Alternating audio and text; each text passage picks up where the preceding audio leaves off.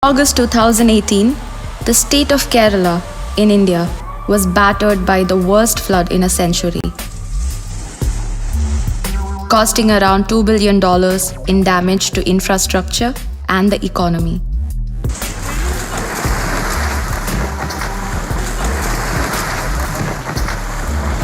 For nearly a whole month, the state was drowning. Unprecedented heavy monsoons, a clear sign of climate breakdown, swamped Kerala. The resulting damage was amplified by poor development decisions that had covered mountain and wetland ecosystems like the Western Ghats with concrete. The floods took away people's lands, livelihoods, and lives. The havoc in Kerala was met with extraordinary solidarity amongst people from all religions, classes, and communities, rich with poor, urbanites with rural population, fisherfolk with armed forces.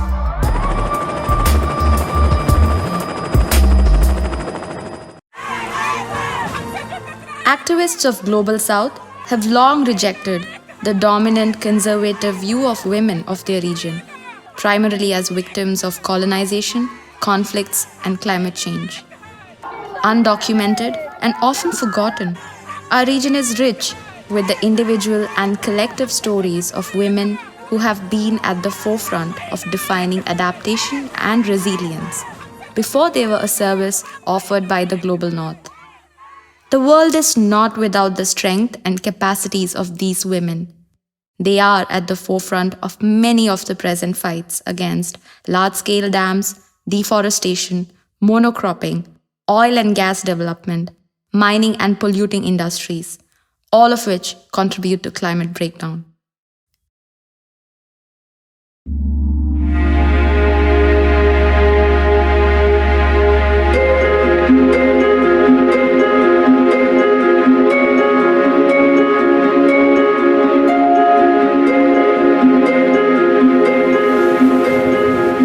പണ്ട് കടൽ ഉള്ളിലോട്ടാണ് കിടന്നത്. ഇപ്പോഴും കുറേ വർഷത്തിനിപ്പുറം ഒന്നിനൊന്നിനും ഇങ്ങ് കരയ്ക്ക് വരുന്നതല്ല, ഉള്ളിലോട്ട് കടൽ ഒരിക്കലും അങ്ങ് പോകത്തില്ല. ഉള്ളിൽ ഈ കരയ്ക്ക് വരുംതോറും ഞങ്ങൾക്ക് ഭയമാണ്, പേടിയാണ്. കടൽ വേറെ ഇനി ഉള്ള വീടുകൾ അത്രയും പോയി. പിള്ളേർ നല്ല സന്തോഷമായിട്ട് കടലിൽ പോയി കിടന്ന് കളിച്ച് കുളിച്ച് സുഖമായിട്ടൊക്കെ കരയ്ക്ക് വരും. കടലില്ല അപ്പോഴും. പട്ടണിയായാലും കയറി കിടക്കാൻ ഒരു കിടക്കാടവും ആ ഒരു സമാധാനം ഉണ്ടായിരുന്നു. ഇപ്പൊ പട്ടണിയും കിടക്കാടവും ഇല്ല, ഒന്നുമില്ല. ഇപ്പൊ പോയി പെമ്പിള്ളേരെയും കൊണ്ട് നമ്മൾ എവിടെ പോകും? ഇപ്പൊ ഈ വർഷം ഈ കടൽ ഇങ്ങനെ, അടുത്ത വർഷം ആകുമ്പോൾ എൻ്റെ വീടും പോകും.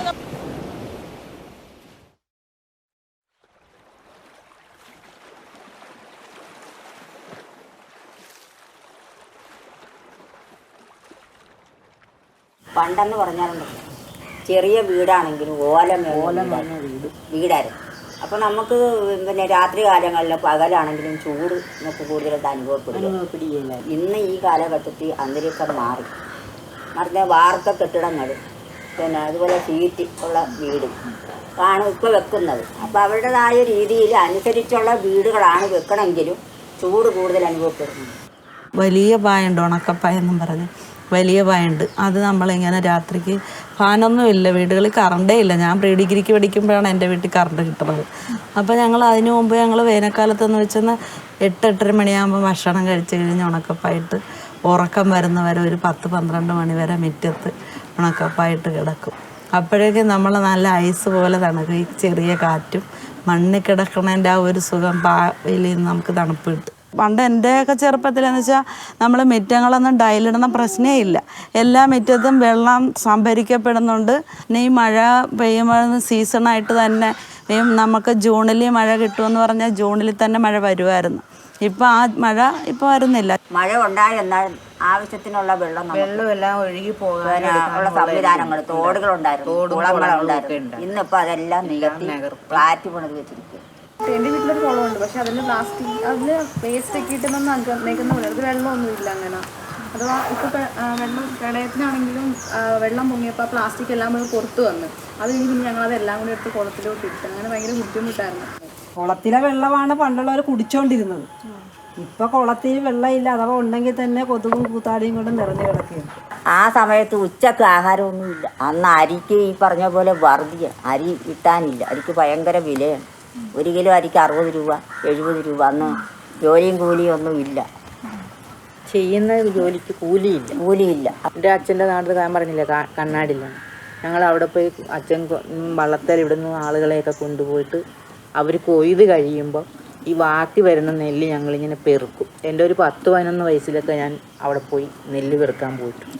അവർ കൊയ്ത് മുകളിലത് പോകുമ്പോൾ ഈ ചെറിയ നെല്ലങ്ങോട്ട് താഴെ പോകും. അത് ഈ പിന്നെ പളവ മുരിക്കൻ എന്നൊക്കെ പറഞ്ഞുള്ള ആളുകളുണ്ടല്ലോ, അവരൊക്കെ കൃഷി ചെയ്താണ്. റാണി ചിത്രയിലൊക്കെ ഞാൻ പോയി നെല്ല് പെറുക്കിയിട്ടുണ്ട്. ഞങ്ങൾ ഈ മാങ്ങ ഉണ്ടാകുന്ന സമയത്ത് ആ മാങ്ങ ഞങ്ങൾ ഇപ്പം വേനലിലെല്ലാം ഉണ്ടാകുന്നു. അത് വർഷകാലത്ത് എടുക്കാൻ വേണ്ടിയിട്ട് ഞങ്ങൾ പരണിയിലും മംഗലത്തിലും ഒക്കെ ഉപ്പിലിട്ട് തുണി കൊണ്ട് മൂടിക്കെട്ടി വെക്കുമായിരുന്നു. അങ്ങനെയാണ് ഇന്ന് ഇപ്പോൾ ഫ്രിഡ്ജിൽ വെക്കും പോലെ അന്നത്തെ കാലത്ത് ഞങ്ങൾ അങ്ങനെയാണ് ഉപയോഗിക്കുന്നത്. പിന്നെ അത് ഉണക്കി മാങ്ങ പൂളി ഉണക്കി ഉപ്പും പെരട്ടി ഉണക്കി അങ്ങനെ വെക്കുക. അതുപോലെ മീനുകളാണെങ്കിലും വേനൽക്കാലത്ത് ഉണക്കിയിട്ട് ഉപ്പും ഒക്കെ വേണ്ടി ഈ കാലത്തിലൊക്കെ ഇട്ട് മൂടിക്കെട്ടി അങ്ങനെ കുറച്ച് നാളത്തേക്ക് ഉപയോഗിക്കാനായിട്ട് വെച്ച് വെക്കുക. ഇപ്പോൾ ഇവർ പറയുന്നത് ഉണക്കി സൂക്ഷിക്കാറുണ്ടെന്ന് പറയും. മഴക്കാലത്ത് വേറെ വേനൽക്കാലത്ത് വേറെ ഇങ്ങനെ ഉണക്കി സൂക്ഷിക്കാറുണ്ടെന്ന് പറയും. ഇപ്പം അങ്ങനെയുള്ള ഉണക്കി സൂക്ഷിക്കുന്ന എങ്കിലും കണ്ടിട്ടുമില്ല, ഞങ്ങളുടെ വീട്ടിനകത്ത് ചെയ്തിട്ടുമില്ല. ഫ്രിഡ്ജ് എല്ലാ വീടുകളിലും ഒന്നും എൻ്റെ കാലത്തൊന്നും എല്ലാ വീടുകളിലും ഇല്ല. സാമ്പത്തികമായിട്ട് നല്ല ഉയർന്നവരുടെ വീടുകളിൽ മാത്രമേ ഫ്രിഡ്ജ് ഉണ്ടായിരുന്നുള്ളൂ. അത് ചെറിയ മൺകൂജയില്ലേ, മൺകലങ്ങളിൽ നല്ല പിന്നെ ചരലിൻ്റെ നല്ല കല്ലുകൾ കഴുകി വൃത്തിയാക്കിയിട്ട് രാമച്ചമായിട്ട് വെക്കുകയാണെങ്കിൽ ഏറ്റവും നല്ല മിനറൽ വാട്ടർ അല്ലെങ്കിൽ ഫ്രിഡ്ജിലെ വെള്ളമൊന്നുമല്ല, നല്ല രുചികരമായിട്ടുള്ള വെള്ളം കുടിക്കുമായിരുന്നു. പിന്നെ വേനൽക്കാലത്ത് ഒരു പണിയുണ്ട്. രാത്രി കൂടുതൽ ചോറിട്ട് ഉച്ചയ്ക്ക് വെക്കും. ആ ചോറ് നമ്മൾ രാത്രി ഫ്രിഡ്ജൊന്നും ഇല്ല, ഫ്രിഡ്ജിൽ വെക്കല, ആ മൺകലത്തിൽ തന്നെ അടച്ചു വെക്കും. കുറച്ച് വെള്ളം ഒഴിച്ചിട്ട് ഉള്ളിയും ചതച്ചിട്ട് അത് വെച്ചേക്കും. രാവിലെ കാപ്പിക്ക് ലൈറ്റായിട്ടൊക്കെ കഴിക്കുകയുള്ളൂ. ആ ലൈറ്റായിട്ട് കഴിച്ച് കഴിഞ്ഞിട്ട് അധ്വാനിക്കുന്ന ആൾക്കാരാണല്ലോ കൂടുതലും. ഈ അരിയൊക്കെ ഇടിച്ചും അരച്ചും ഒക്കെ വരുമ്പോൾ പെണ്ണുങ്ങളൊക്കെ വിഷമിക്കും. വേറെ ഒരു രോഗം വരികയോ പഴഞ്ചോറും ഈ ഉള്ളിയും മുളകും ഇടിച്ച് ആണ് കഴിച്ചുകൊണ്ടിരുന്നത്. ഇപ്പം ഉപയോഗിക്കുന്ന മത്സ്യത്തിന് പോലും ഈ ചൂട് കൂടിയതുകൊണ്ട് രുചി വ്യത്യാസങ്ങളുണ്ട്. കുളത്തിലെ ആയാലും കടലിലെ ആയാലും കായലിലെ ആയാലും മത്സ്യത്തിൻ്റെ രുചിയിൽ പോലും ആ വ്യത്യാസം വന്നിട്ടുണ്ട്. പച്ചക്കറികളിലും ഉണ്ട്.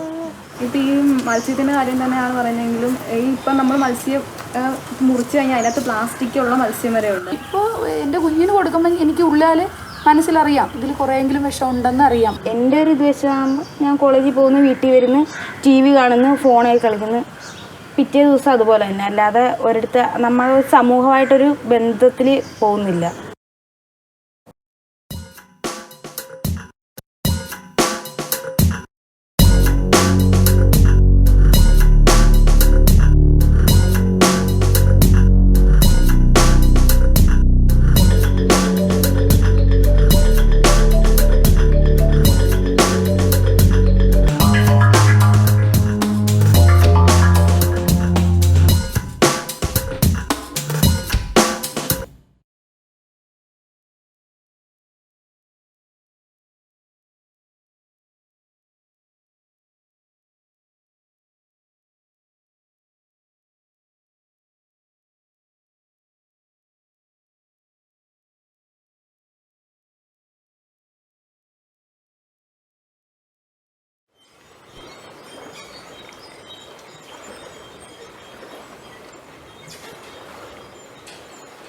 Mi nombre es Sonia Marisol Martínez Zampam, soy perteneciente a la comunidad Zapa. Somos del territorio del pueblo Shuar Arrutam.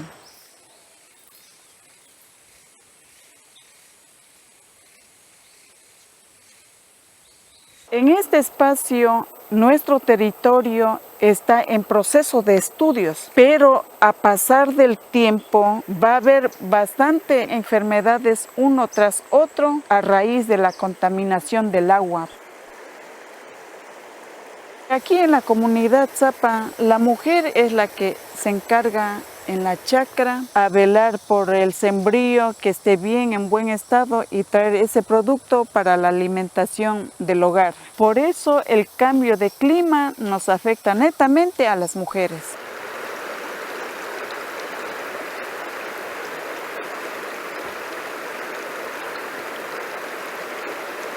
Nuestras compañeras han sido perseguidas, averiguando dónde viven, de dónde son, a qué se dedican, de dónde vienen y han sido amenazadas con quitar la vida a la persona o a la familia. Pediría ayuda a que nos ayuden a salvar nuestro territorio, más que todo a salvar el agua, lo que es la vida, porque el agua es vida, el agua es lo que nos salva a toda la humanidad y al mundo natural.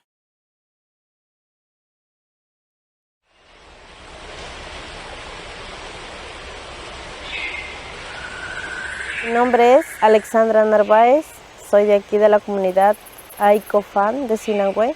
Soy guardia de aquí, también soy coordinadora de mujeres de la asociación Chameco. La Guardia somos un grupo de defensores de derechos humanos y de defensores de nuestros territorios. Fue un día de asamblea donde decidí formar parte de la Guardia. Quise hacer ver a las mujeres que también somos capaces de levantarnos, de luchar, que nuestra voz sea escuchada. Mi motivo también fue dejar un futuro, un legado a mis hijas. En el 2017 descubrimos empresas mineras contaminando nuestro territorio. Están contaminando nuestro río Aguarico. El río Aguarico para nosotros los cofanes es fuente de vida, porque nuestras chacras están a la orilla del río Aguarico. Nuestros hijos se bañan en él. Nosotros como mamás, como mujeres, salimos a lavar la ropa, a traer agua para cocinar nuestra comida del día. Esa agua bebemos, tomamos. Estamos luchando contra las mineras, contra los madereros, contra los invasores que ingresan a la caza, a la pesca. Recorremos, vamos a ver si hay mineros ilegales, igual que entran a cazar. Vemos si no hay huellas que han entrado. Y ahora estamos en el proceso de mapeo. Queremos coger pruebas para decirle al Estado que nuestro territorio no está vacío. Nuestro territorio tiene mucha vida para nosotros y demostrarle que es nuestro. Mi nombre es Huella, yo soy de la comunidad de Ñoneno, soy mujer guaraní de Yasuní. Actualmente estoy trabajando como vicepresidenta de ANGUAY, de la Asociación de Mujeres. Yo he vivido fuera de la empresa, selva, con mis padres, con mi mamá, con mi abuela. Pero cuando ya tuve 20 años, mi padre me sacó a la carretera. Mira, hija, vamos a ver cementerio de abuelo. Cuando llegué, solo era una destrucción del bosque, la carretera grande, canchas inmensas y había plataformas de tanque de los pozos petroleros, el petróleo. Yo decía, ¿dónde está abuelo? Ahí está tu abuelo enterrado. Ahí me reaccioné, diciendo, ¿por qué no me respetaron un cementerio o un lugar privado? ¿Por qué hicieron las violencias a mi abuelo y lo sacaron, votaron?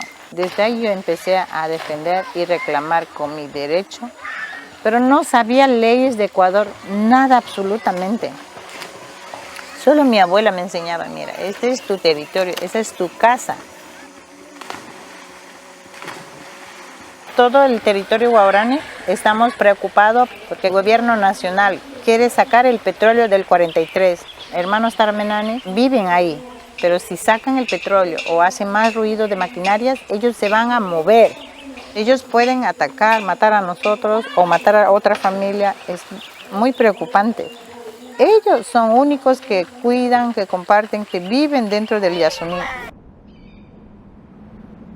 En el Ecuador, ahora en la Amazonía, crece el río hasta ahí todito y las cosechas, la alimentación, la comida nos pudre, yuca, plátano. A veces quedamos sin comida y peor los hermanos tarmenani adentro.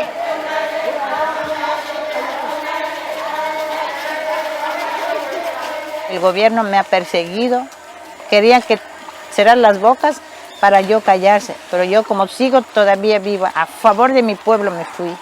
Y por eso no ha sido tan fácil de yo, como líder, seguir trabajando.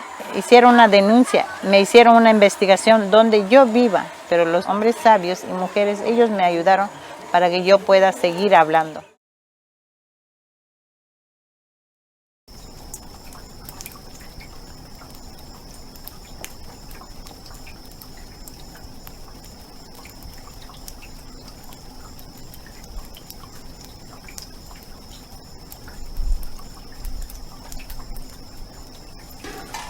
Yo soy Belia Vaca, soy de la provincia de Loja.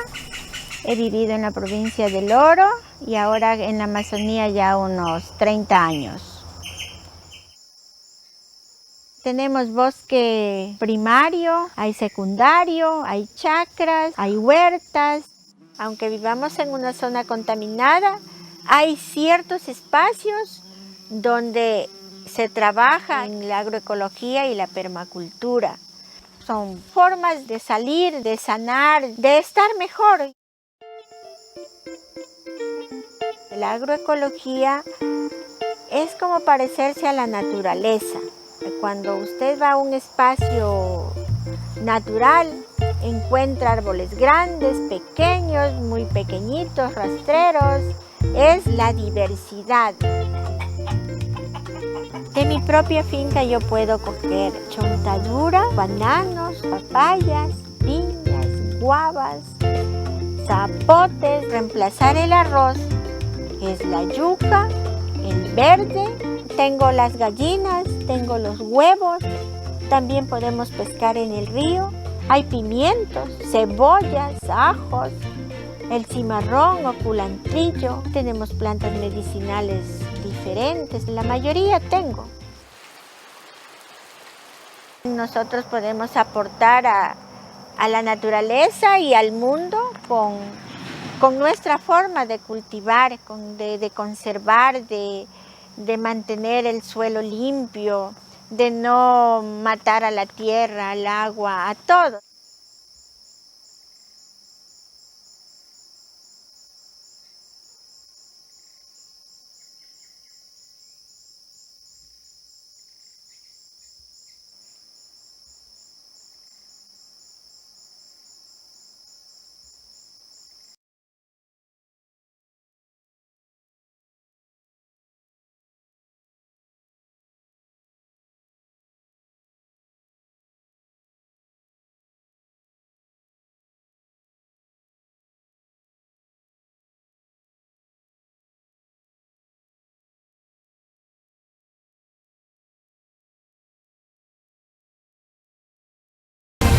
Kebakaran terjadi di Padang 12.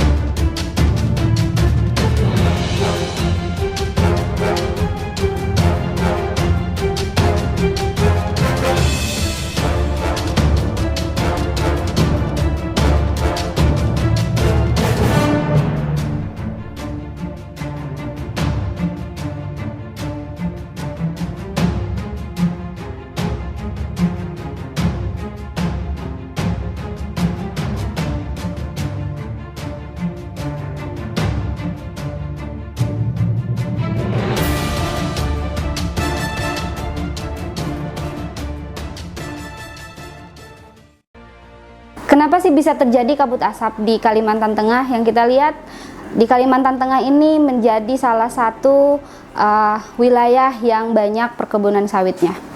Di tahun 2019 ini ada 18 perusahaan yang terindikasi membakar lahannya, lahan perkebunannya, dan berdampak kepada kebakaran hebat dan asap yang sangat tebal di tahun ini.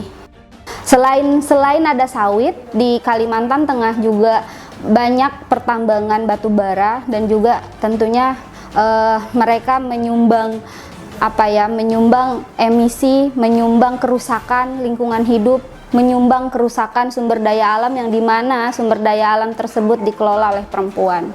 Hadirnya pertambangan dan perkebunan sawit tentunya merugikan perempuan karena perempuan tidak bisa lagi mengakses, mengontrol dan mengelola sumber-sumber penghidupannya. Bukan hanya asap yang tebal di setiap tahun hadir dan berdampak kepada perempuan dan anak-anak, tapi juga hilangnya sumber-sumber penghidupan mereka akibat perampasan lahan dan penutupan akses mereka menuju hutan untuk mendapatkan sumber-sumber penghidupannya. proyek-proyek yang mengatasnamakan kehutanan ini ternyata bukan solusi untuk memadamkan api. Ternyata bukan solusi untuk menghilangkan asap, karena asap tiap tahun masih tetap ada, masih terus kita rasakan dan masih terus kita hisap. Jadi proyek-proyek tersebut menurut kami gagal untuk solusi kebakaran lahan dan menghentikan laju perubahan iklim. Menurut kita, kalau kita orang kampung cuman menilai perubahan iklim itu ya dari panas, dari hujan, kemarau ke musim hujan. Kalau musim kemarau terjadinya pembakaran hutan, terus kekeringan, terus kalau musim hujan banjir, itu aja. Kalau sekarang ya panas sekali. Sampai kita tuh mau keluar. Juni, Agustus, September, Oktober itu puncaknya banget. Iya, November kebakaran itu yang sampai sekarang ini mulai ada hujan, tapi hujannya juga nggak Padahal itu kalau nggak salah yang di Ahas itu masuk juga program ini kan, program pembasahan lahan gambut itu, tapi tetap saja kebakaran. Jadi kalau beberapa tahun yang lalu pemerintah Indonesia sudah menyerahkan komitmen untuk NDC, untuk penurunan emisi sebesar 29% atau 41% dengan bantuan dari negara lain, mereka sebenarnya memfokuskan untuk proyek-proyek kehutanan ke depan. Mayoritas itu adalah proyek kehutanan. Tapi belajar dari kejadian kebakaran hutan tahun ini, yang ini sebenarnya adalah kebakaran hutan yang terjadi setiap tahun dengan eskalasi jumlah lahan yang terbakar juga semakin meningkat dari tahun ke tahun.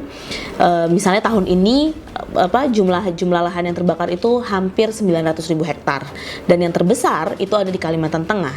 Dan kita tahu bahwa Kalimantan Tengah sejak tahun 2008 bahkan itu sudah terlibat di dalam pilot project untuk REDD. Selain itu juga mereka saat ini banyak proyek-proyek pembahasan lahan gambut, tapi ternyata itu tidak sanggup untuk meredam kebakaran hutan. Jadi bicara soal komitmen pemerintah Indonesia, bagaimana kemudian pemerintah Indonesia akan bisa memenuhi target penurunan emisi tersebut. Apalagi hari ini pemerintah juga terus-menerus mencanangkan ataupun juga melalui statement maupun juga kebijakan-kebijakan yang sedang dibuat itu betul-betul ingin membuka investasi seluas-luasnya, termasuk diantaranya investasi sawit maupun juga tambang seperti batu bara dan lain sebagainya. Dengan datangnya korporasi tadi, kebakarannya begitu besar sehingga dampaknya untuk petani. Saya sebagai generasi muda, saya merasakan sudah menderita karena kebijakan tadi. Kami menderita dengan kebakaran begitu hebat tadi. Dan itu sudah kami rasakan. Gimana kalau 5 atau 10 tahun yang akan datang, jadi apa kami? Apakah kami hanya akan jadi pengemis di tempat kami sendiri? Atau kami akan mati dengan asap yang tebal ini? Tapi tentu saja cerita ini bukan semata-mata soal kesedihan apalagi putus asa. Ini adalah sebuah cerita tentang perlawanan mereka yang betul-betul berada di jantung perjuangan hari ini, teman-teman perempuan akar rumput di Kalimantan Tengah maupun juga di berbagai wilayah di Indonesia. Dan kita juga percaya perlawanan-perlawanan itu sedang ada dan sedang bergelora di banyak negara lainnya. Perlawanan untuk mengubah sistem yang hari ini tidak adil terhadap masyarakat kebanyakan hanya untuk keuntungan segelintir orang. Perlawanan untuk mengubah situasi yang tidak adil juga untuk perempuan, baik dalam pengelolaan sumber daya alam maupun dalam menghadapi bencana iklim. Perlawanan terus berlanjut, perjuangan terus berlanjut sampai perempuan berdaulat. Kami berharap pemerintah tidak lagi mengizinkan investasi masuk ke Desa Mantangai Hulu atau di wilayah Kalimantan Tengah ini, tidak lagi memperpanjang izin-izin perusahaan yang membakar lahan kami, yang mengambil lahan kami. Jadi harapan saya kepada pemerintah untuk menjaga atau melarang aja siapapun yang membakar hutan dan lahan. Yang pertama itu sawit, biasanya perusahaan sawit itu dilarang aja mereka membakar itu. Kasihan kami, Pak. Diusir aja mereka itu, nggak usah lagi sawit-sawit di desa kami. Dan juga kami banyak mendapat dampak dari sawit tersebut. Kami nggak bisa nanam padi, bisa nanam padi tapi hasilnya sedikit. Nggak seperti tahun-tahun kemarin yang hasilnya melimpah, yang bisa kami makan 2-3 tahun. Sekarang 1 tahun pun nggak cukup, cuman untuk 1 bulan aja itu. Saya tegas bicara bahwa hentikan semua proyek-proyek yang merugikan masyarakat di Kalimantan Tengah, hentikan semua perkebunan sawit, hentikan semua tambang, dan hentikan proyek-proyek yang mengatasnamakan kehutanan yang merugikan perempuan dan masyarakat pada umumnya.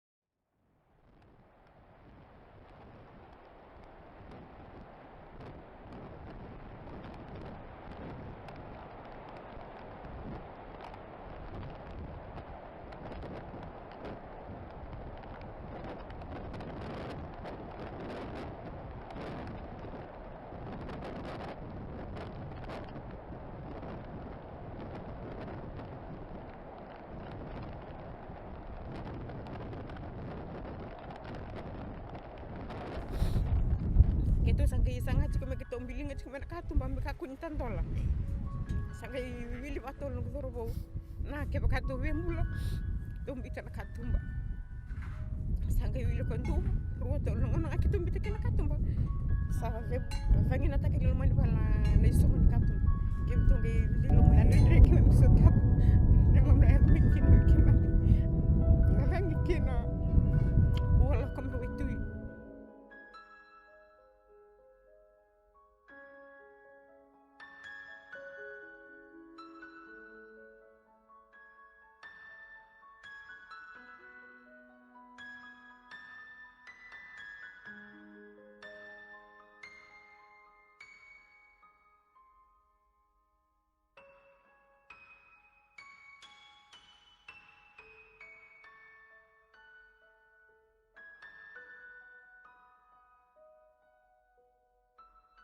Ako Amelia Marama ni nangkaindamu may koro.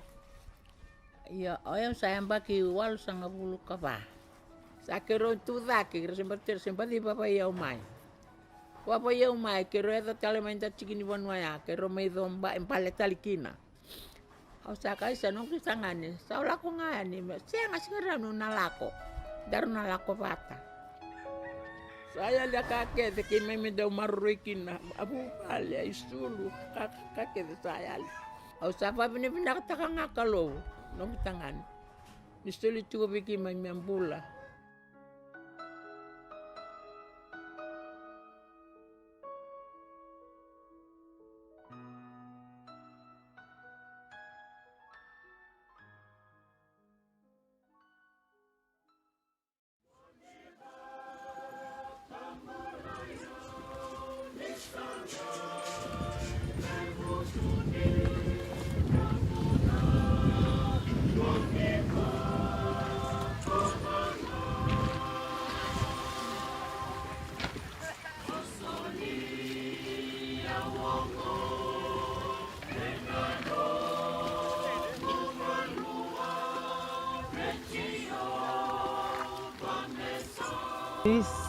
This emergency came up after Cyclone Winston, when we had 2 cases in Bao where community from our 2 members of our community were assaulted, were stigmatized at the evacuation center, and there were a lot of bad things that happened.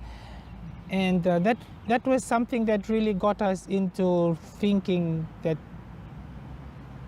this climate emergency really applies to us in terms of security. We were also seeing the change in weather pattern and how it's affecting our lifestyle.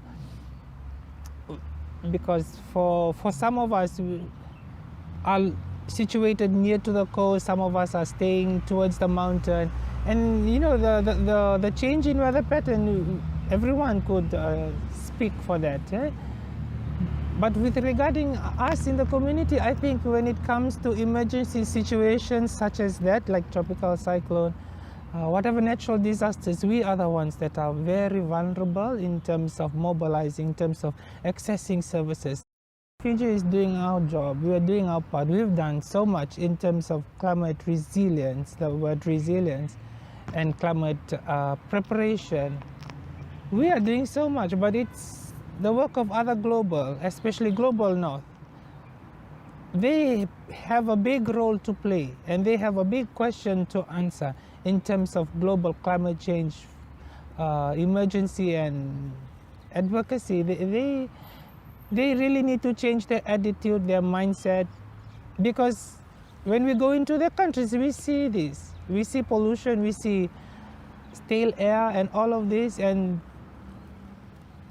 they really need to do the work around climate change. To me, and I see it as a challenge, is around the global commitment to negotiating and talking about bringing it down to 1.5.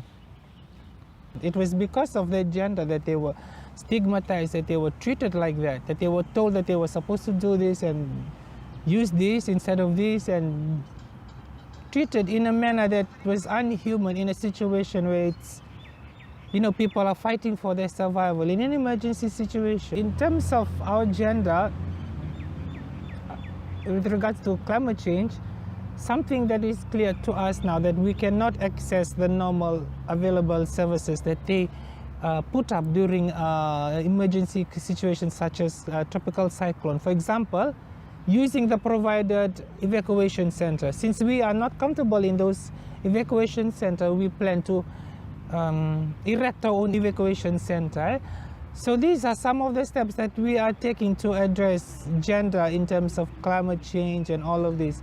And not only that, like, we also have situations for those of us that are staying in coastal areas.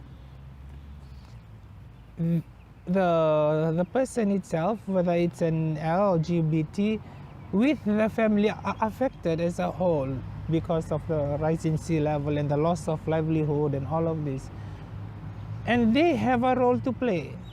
And since they have a different gender, they'll be told to do different kind of chores, So that is also a challenge that some of our community members are facing too, because of decisions made on top, because of place applause, because of what else.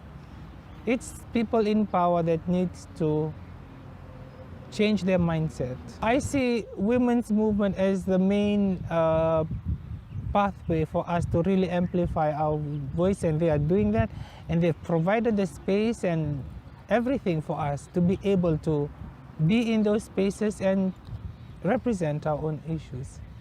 To look at resilience and the role of women play the role of resilience. They are the first responders straight after the tropical cyclone. While the men are still traumatized, the women get up to look for food to feed the family. That is resilience. We reached Navutu and everything was blown away. There were just poles standing on the ground. And when we came, we didn't see anything. The first thing we saw was a group of men sitting under the tree and just talking. Later, while we were approaching, then we could see the women that were pulling out. There's this particular weed that it grows along the water. So they were pulling out this weed to cook for the people to eat.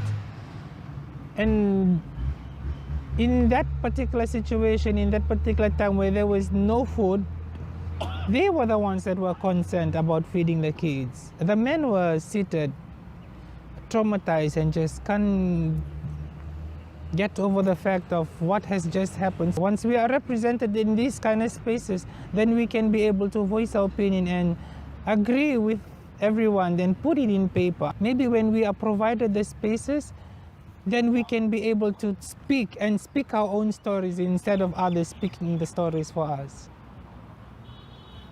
Looking at the momentum of resilience of the work on climate change in Fiji and the Pacific, people are really on their feet with climate change.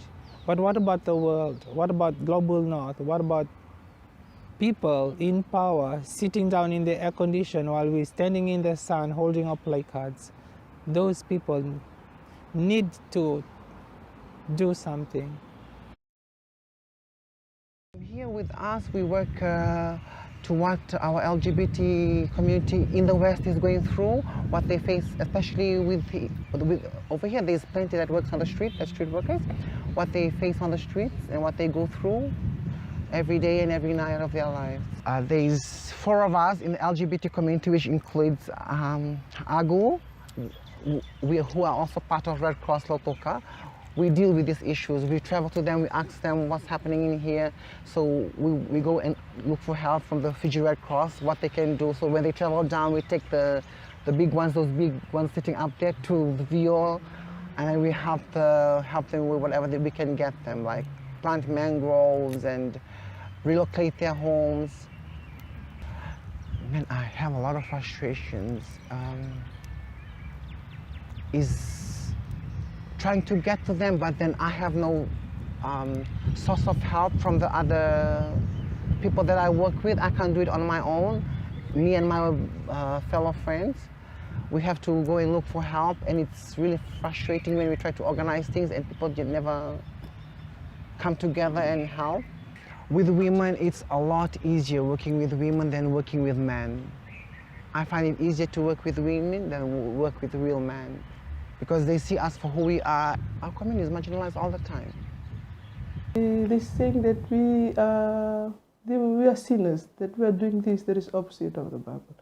So for us, LGBT, that's one of the main area where we are discriminated in the church, in our very home, and also in the community. Being an LGBT, some of us, we live with the guilt, but the work has to continue. The war is not going to stop. So for us LGBT women, even though most of us brought us a Christian families, most of us have left home because they don't want to ruin the family's reputation. Before I learned about climate justice, I have always have that perception that women are always viewed as the victim, and there's always a narrative around victim. But when we start to do climate justice work, there is a strong focus around women as agents of change, and also women are not just the victim but also the active solutions and active agents of change, not only socially but economically, ecologically, and as well as within the climate justice sphere. Many times we don't realize the good work that women are already doing, not only in climate change but also within sustainable development and gender. And as for me, for a woman that comes from rural and remote background, it's amazing to see that most women are moving a lot of great work with less support and access to resources, but they are already moving work, and that is something that needs to be recognized by the government and for the policy makers to ensure that when there are climate dialogues and when there are spaces that are created, that women should also come in, and because women come in with diverse sets of knowledge, and these are sets of knowledge and sets of information that we need to really integrate within climate actions, because there seems to be a lot of focus on technical expertise and knowledge, and I strongly feel that's why it was important to work with women, because I really learned a set of solutions and also a set of important components that we need if we truly need everybody to be included within climate responses. That means that women and diverse communities, and not just women but also women from rural and remote and urban poor communities, as well as marginalized communities like LGBTQI, sex workers and disability and youth, their voices matters in the dialogue. Yeah? Mm-hmm. There is a less recognition around identities that people hold. And what most of us don't realize is that our identities expose us to our different experience, as well as expose us to our different access to resources. And for me, as a lesbian woman and as a woman that comes from rural and remote community, and as a person that also works within the LGBTQIA community, it's very important that we start bringing in gender within climate dialogues, because most of the LGBTQI communities are excluded from accessing resources simply because of the heteropatriarchal system and structures that we have. And we recognized and identified a lot of gaps that exist, especially within LGBTQI communities, and not just LGBTQI communities, as well as the elderly and sex workers. And it's sad, though, to see that during Cyclone Winston, and a lot of communities have been excluded from accessing government assistance and other, resources and information simply because of the identity they hold. which I find is a really big set of injustice in itself.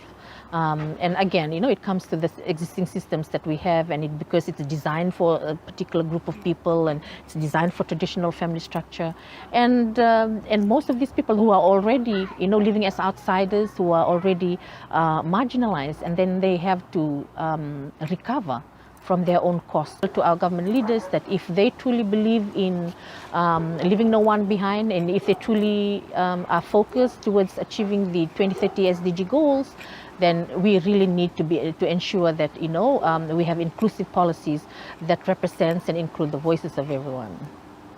There should be a recognition around placing community over profit.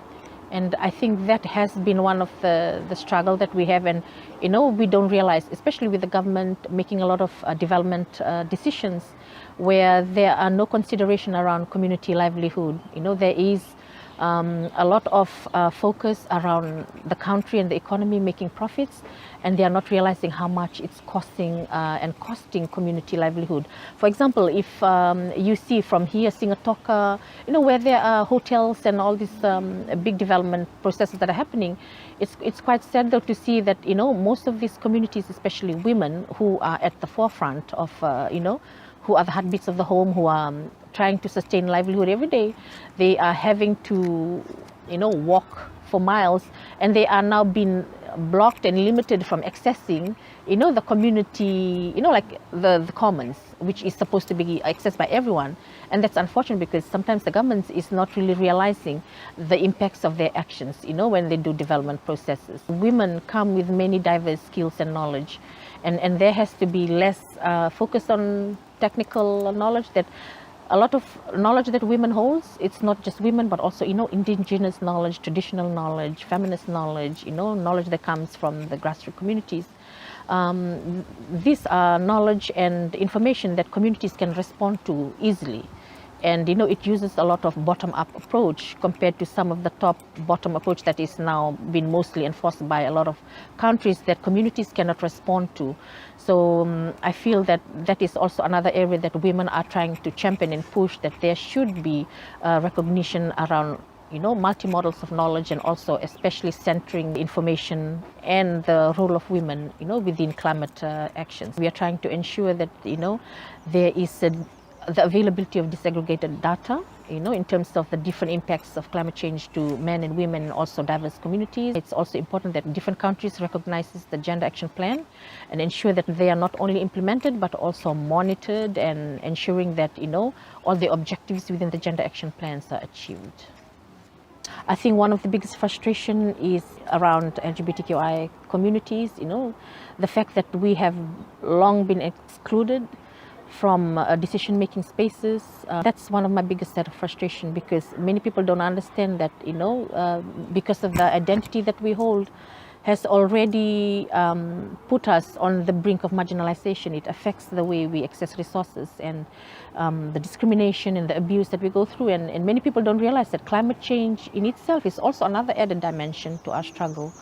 And at times it frustrates me to go to spaces and see that our leaders and policymakers and experts, who call them experts, that comes into the country to do important consultation process, are still not realizing the importance of diverse and direct voices into these climate dialogues. We should really center human rights within all our climate action plans. Also, one of my frustration is around the fact that there's less accountability when it comes to the global north countries, as well as big corporations, whom, in my opinion, and as well as we all know, it's a true fact that they are the biggest contributor to climate change. And unfortunately for us here in the global south, and in the Pacific, as well as in Fiji, and for us, for many diverse bodies, we have to come and suffer, and go through the consequences of their actions. It frustrates me to see how they're taking this lightly, especially countries like Australia and other global north countries, especially around fossil fuel, and how they are still prioritizing, the economy, how they're still prioritizing economic activities, over livelihood, the survival of the humankind, as well as, the survival of our planet. For those that live in the global north, it's about time. We only live in one planet, and they really have to start pushing their government as well, because we have less time on our hand, and if we have to act, the time is now. From the government perspective, they really need to, to really expand the conversation around inclusiveness and ensure that LBT voices are not only consulted when they feel like, but they should, especially within climate action plans, if they want to include LBT voices, they really need to start to include them from the designing, implementation, the monitoring. There should be a recognition around that even though we are victims to discrimination and many gender inequality, but we have lived how many thousands of years. We are, a community of resilient and strong people, and we come with our own set of strengths and diversity, which should be recognized and integrated as well, within key climate dialogues and climate initiatives. The work around climate justice and also around climate change is not something that we should take lightly. It's an issue of urgency and that requires all stakeholders to come on board and work together.